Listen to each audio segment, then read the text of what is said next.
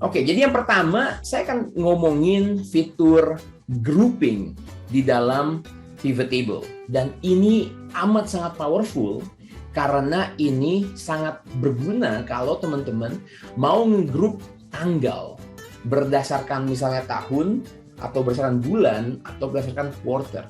Oke. Jadi contoh, saya punya data seperti ini, ada tanggal, oke, ada produknya. Kemudian ada tipe pembayaran, ada kurirnya, oke, ada JNE, Wahana, segala macam. Kemudian ada membership, apakah dia member atau enggak nih, oke, dan jumlah yang dibeli sama dia, oke.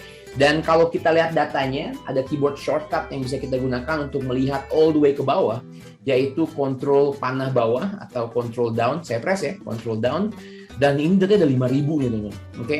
Database-nya besar. Oke, kurang lebih ya mungkin hampir sama dengan di kantor gitu ya, karena database-nya banyak.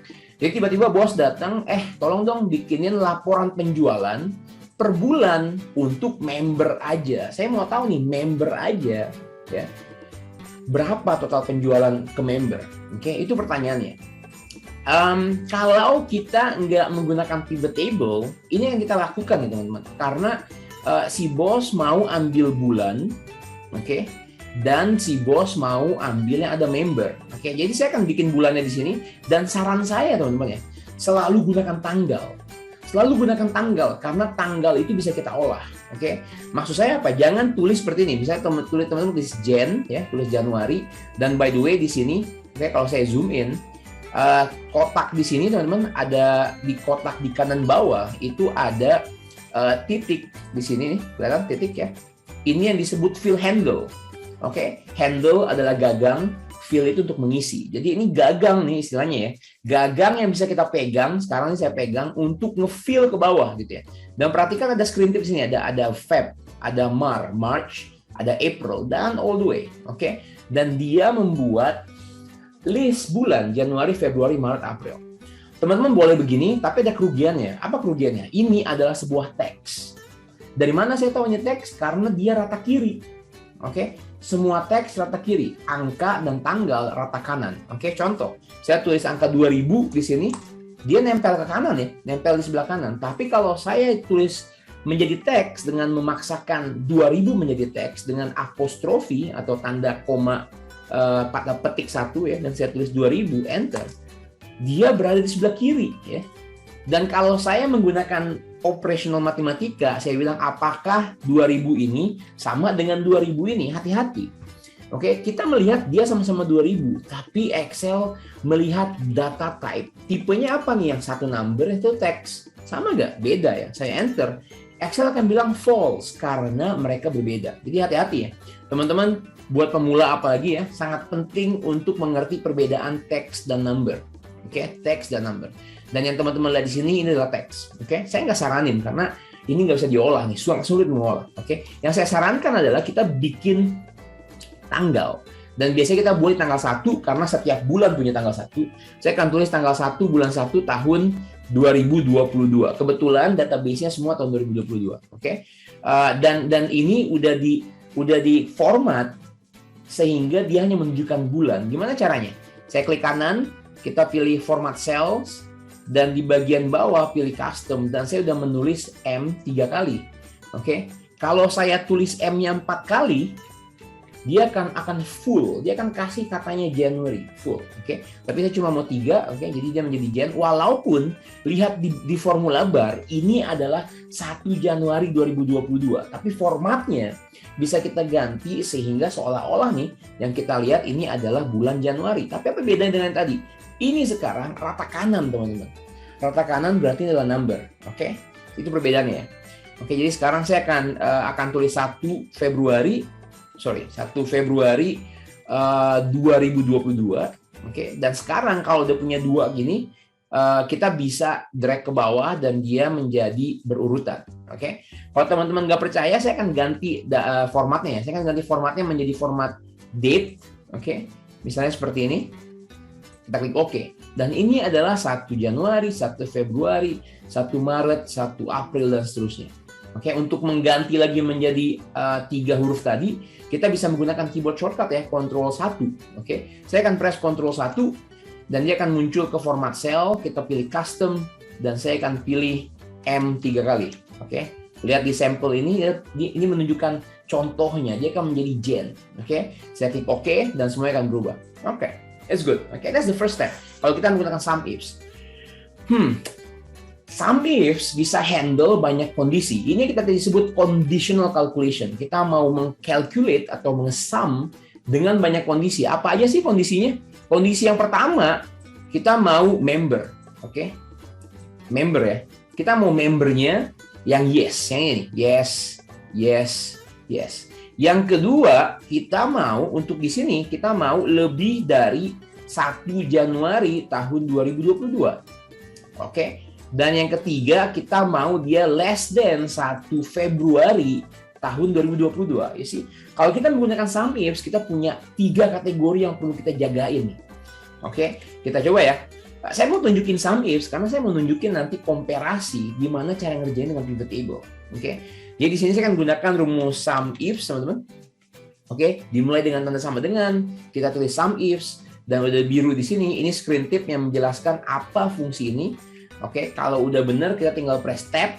Oke, apa yang terjadi begitu saya press tab barusan? Semua hurufnya menjadi huruf besar dan ada kurung buka. Dan kita punya screen tip yang baru yang menunjukkan ini adalah parameter yang harus kita isi. Oke, sum if selalu dimulai dengan sum range. Oke, range mana untuk kita jumlahin nih? Oke, range mana untuk kita jumlahin? Dan karena saya mau menjumlahkan ini barang terjual, oke, kita bisa blok aja atau kita bisa blok the whole column kalau kolomnya ini memang khusus untuk database. Jadi nanti kalau data baru di bawah, dia akan ngikut ke bawah. Oke, jadi saya akan blok kolom F, kemudian titik koma, sekarang pindah ke kriteria range yang pertama. Oke, apa yang pertama? Saya mau membership-nya nih, ya di sini nih. Saya mau titik koma, kriterianya apa? Saya mau yang tulisannya yes. Dan di dalam rumus, kalau kita menggunakan teks, kita harus menggunakan tanda petik. Jadi saya akan bilang, cari dong yang tulisannya yes. Oke, itu yang pertama tuh. Yang kedua apa? Saya mau tanggalnya lebih dari 1 Januari. Dan 1 Januari ada di sini. Itulah kenapa ya di H7, saya nggak saranin teman-teman tulis Jan atau tulis Januari. Yang lebih parah lagi, tulis Januari pakai bahasa Indonesia. Januari gitu ya, nggak pakai Y. Saran saya, tulis tanggalnya. Oke. Kriteria range yang kedua, saya akan blok kolom A karena itu di mana tanggal berada, kemudian titik koma, and watch this. Ini adalah penggunaan sum ifs kalau kita menghandle tanggal, karena kita mau yang lebih dari 1 Januari. Jadi saya akan gunakan ini ya. Tanda lebih dari sama dengan itu adalah sebuah karakter yang berupa teks dalam Excel. Jadi kita harus gunakan tanda petik greater than, lebih besar atau sama dengan, dari apa? Dari di sini 1 Januari. Tapi karena ini adalah dua komponen yang berbeda, ya, yang satu adalah teks nih, yang satu lagi adalah sel referensi ya. Jadi kita harus gabungkan dengan tanda dan. Oke, gabungkan dengan tanda dan saya akan klik di sini. Oke, jadi artinya nih ya, ini adalah lebih besar sama dengan dari 1 Januari. Jadi dia akan mencari apapun yang lebih besar dari 1 Januari diambil. Oke. Itu yang kedua, tapi ada kategori ada kondisi yang ketiga. Yang ketiga, kita mau tanggal yang di bawah atau sebelum 1 Februari ya. Jadi di sini saya akan klik lagi nih. Saya akan klik lagi di sini. Oke. Dan kemudian saya akan pilih kriterianya sekarang yang less than. Oke, less than apa? 1 Februari. Di mana datanya? Di sini ada ya, teman-teman. Di sini ada data 1 Februari nih karena kita tahu ini adalah 1 Februari. Oke. Beres ya. Jadi ada 3 kategori. Jadi kalau teman-teman lihat komponen pertama ini adalah tempat Excel jumlahin. Oke, jumlahin kalau gimana? Kalau 3 kondisi ini terpenuhi. Yang pertama ini ketemu yes. Oke, yang kedua ini lebih dari 1 Januari dan yang ketiga kurang atau sebelum 1 Februari. Saya enter dan dia akan mendapatkan nih 8445. Oke. Jadi kalau ini saya drag ke bawah, oke. Dan teman-teman mungkin akan ngelihat ada something wrong di paling bawah. Kenapa? Karena rumus yang kita gunakan, kita selalu membaca sel di sini nih. Sedangkan yang paling bawah ini kan nggak ada sel Januarinya ya, betul ya?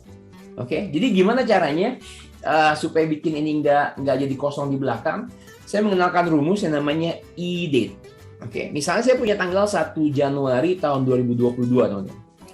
Oke, kita bisa bikin rumus ya, dengan mengambil tanggal yang sama dengan menentukan bulannya nih, mau berapa bulan setelahnya atau berapa bulan sebelumnya.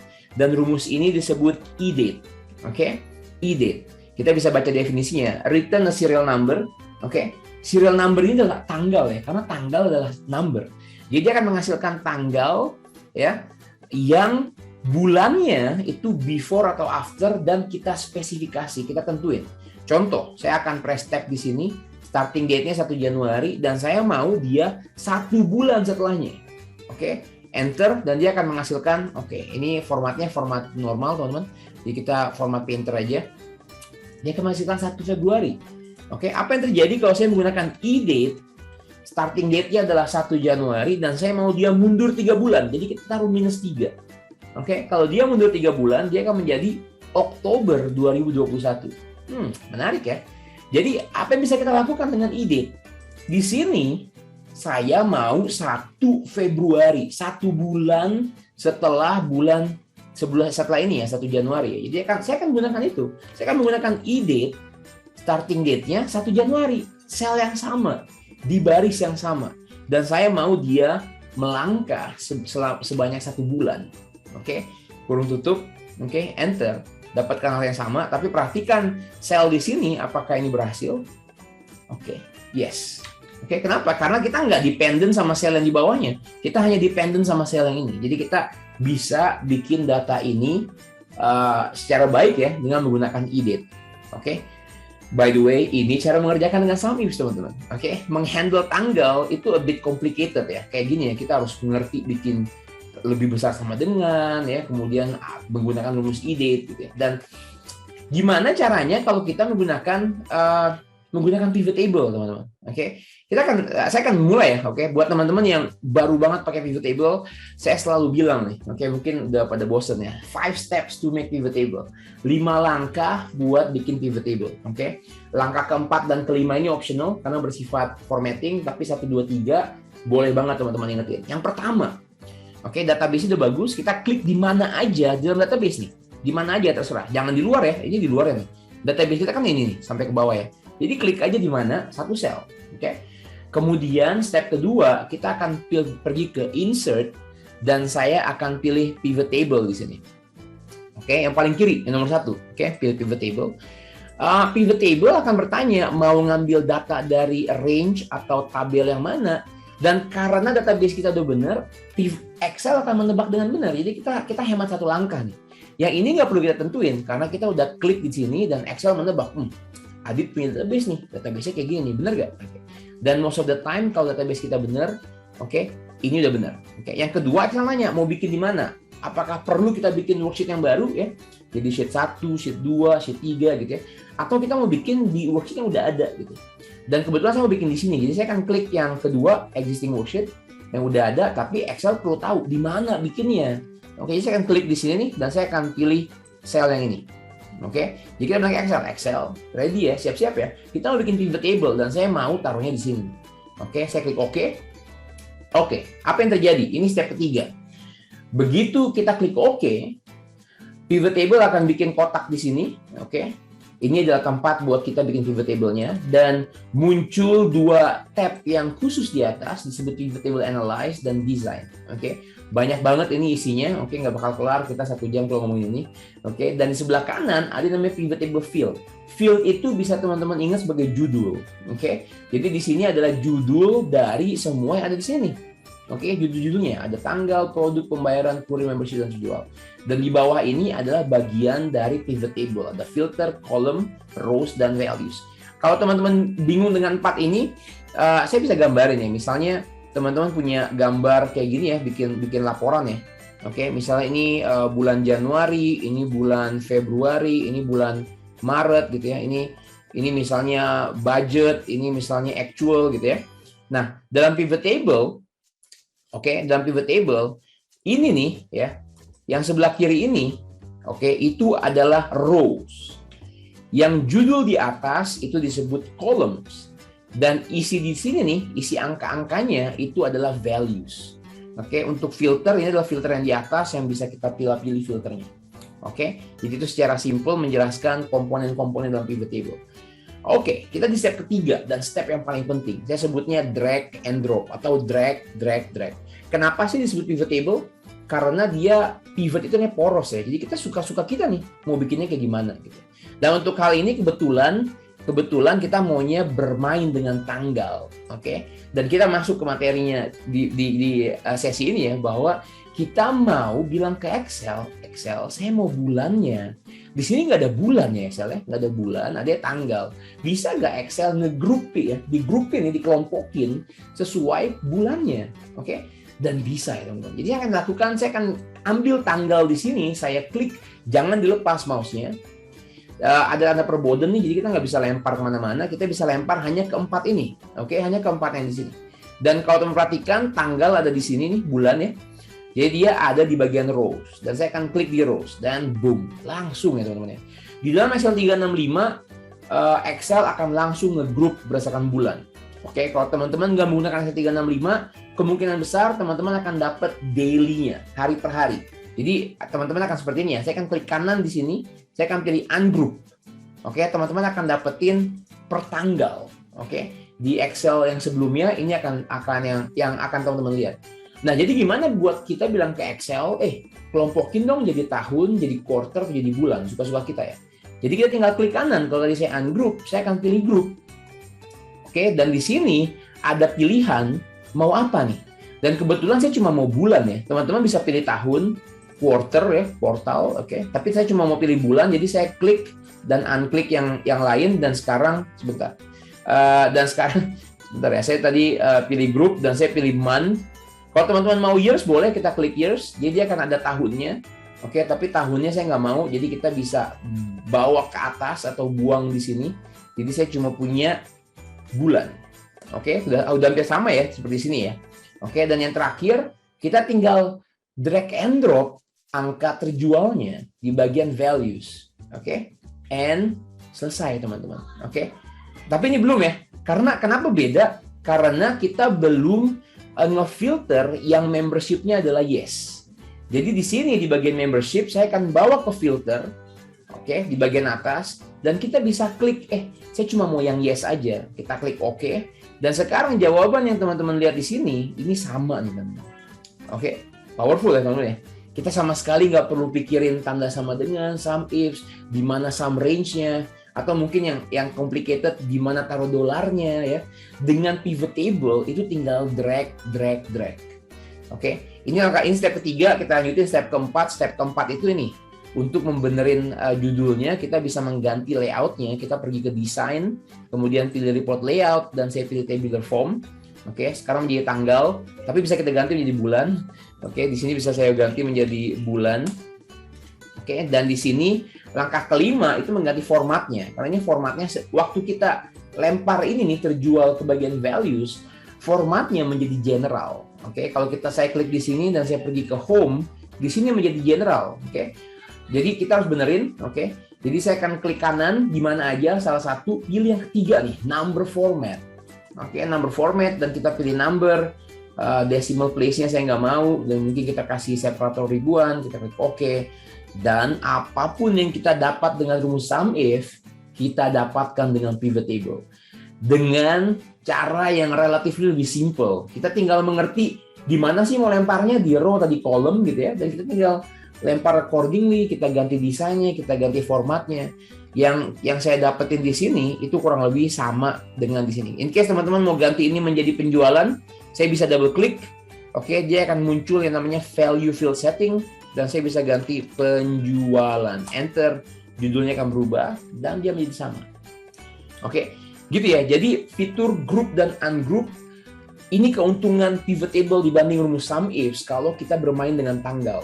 Karena tanggal, kalau kita mau tanggal sekian sampai sekian dan menggunakan sum ifs, kita harus menggunakan yang tadi, less than, more than, gitu ya. Jadi ada banyak kondisinya.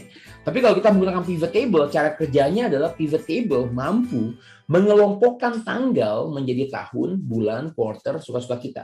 Oke, dan kita tinggal drag and drop. Begitu ada years ini nggak ada ya by the way. Years ini di sini nggak ada ya teman-teman. Nggak ada judul years. Tapi ini dihasilkan setelah kita bilang ke Excel, tolong dong kelompokin jadi bulan dan jadi tahun. Oke, jadi kita bisa dapatkan ini. Oke, powerful ya teman-teman. Kalau teman-teman menggunakan tanggal ya untuk diolah, pastiin database-nya bagus dan teman-teman bisa gunakan pivot table.